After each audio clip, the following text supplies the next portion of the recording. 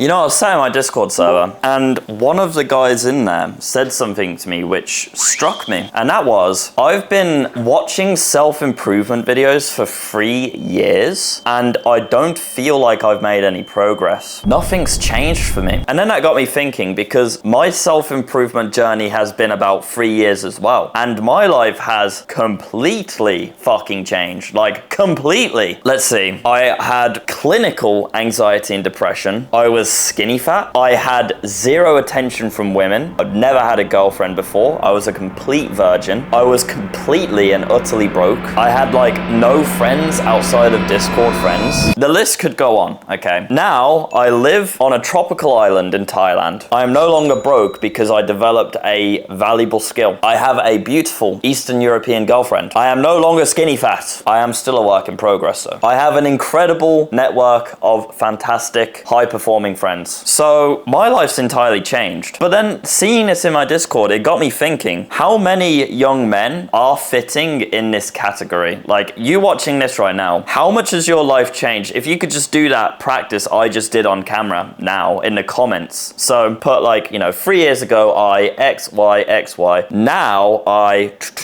If you guys could do that, I'd be super interested in to see your comments. But how many guys are struggling with making like solid progress on their developmental journey? Because there's been a massive self-improvement boom over the last 3 or 4 years on YouTube, but how many men's lives have actually changed? And just a quick caveat, like, people keep saying on YouTube, self-improvement fell off, man. I could not disagree more, honestly. Like, holy fuck. The young generations are still completely and utterly misguided. They're still doom scrolling TikTok. They're still wanking to Pornhub. They're still playing fucking 16 hours of video games. They're still lacking masculine frame inside of their relationships and getting disrespected, which is a sure pathway for, oh fuck, she left with the kids and took half of my fucking shit as well. Men still need help more than ever. So people who say self-improvement content's just fucking like, ugh, cringe. Honestly, you're in it for the wrong reasons then. As long as people are enslaved to the NPC life path, they're growing up with no fucking guidance. They're becoming addicted to their phones and their video games, and their fucking mental health is completely destroyed. How the fuck could you possibly say self-improvement is not important? The work is far from done. But why are so many young men consuming content like this, but then struggling to actually gain tangible results in the real world? They're just remaining trapped in the same trenches, fighting the same battles over and over and over again. I've thought about this quite deeply, and here's what I think with brutal honesty, because if there's anything you get from me, boys, it is always brutal honesty, whether you like what you hear or not, okay? I think people who are struggling to make tangible progress fit into one of these 3 categories. You can decide which one may best suit you. Number 1, they're still enslaved to their vices. Oh man, whenever I mention video games and how they're bad and they're not a good use for your time, I still get the exact same amount of pushback as I would have like 3 years ago talking about this shit. No, bro, video games are fine. 1 hour of video games, Just, it's the same shit over and over again. I'm open to being wrong. I am. I really don't think I'm wrong though, okay? I just don't think I'm wrong. Because if you just look at any person who you would want to emulate their levels of success, for example, they're just fucking not playing video games. But then you point this out,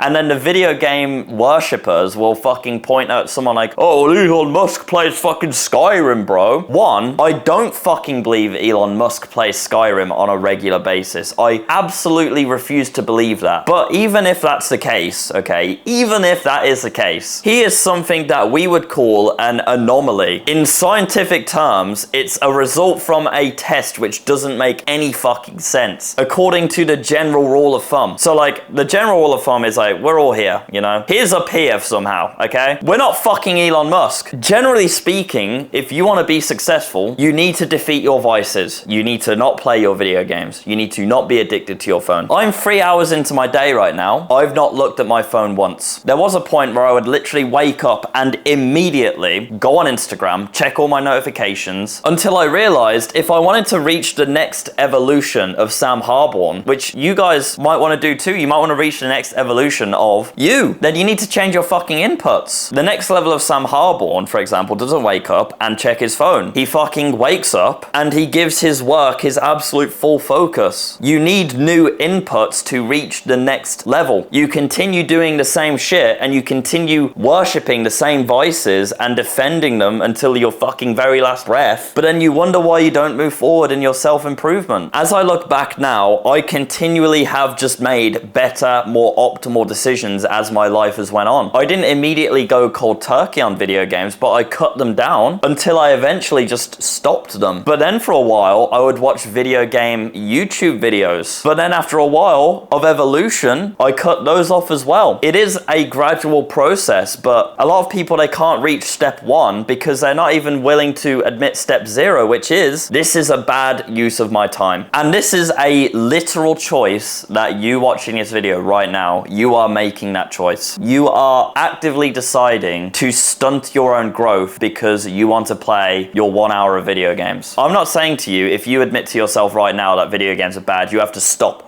like that. It doesn't work like that, I understand that. But admitting that they're bad is literally step fucking 0 to gradually removing this shit from your life. That's reason 1. Reason number 2 is that they've not left the study halls. What do I mean by this? Basically, you're chronically watching content and you are also at the same time chronically not applying it into your fucking life. For example, I've made a video, an excellent video, on how you can step-by-step, autistic step-by-step, like literally a video game fucking XP guide on how to level up your social skills in the gym. That video has like 1,500 views. I would say, generally speaking, out of all those views, probably 50 people have actually applied what I said in the video, went out to the gym and started practicing their social skills. The rest of those views are probably people who are just fucking mentally masturbating. Maybe they get a bit of value, but they don't leave the study halls to apply it. They don't get off fucking YouTube and get in the real world and apply this shit to their life. And this is the dangers of sort of monk mode, really, because what monk mode does is that it enables autists like myself to just not leave their house, not leave their comfort zone, in fact, and to just go, you know, all in on their work, when the reality is you would learn far more about social skills by just leaving your house and going to the gym rather than continuing to watch even more videos on social skills. You are a student for life, but it does need to be mixed in with action. That's reason number 2. Reason number 3, this one's gonna hurt the most. Saved it for last. Mental masturbation,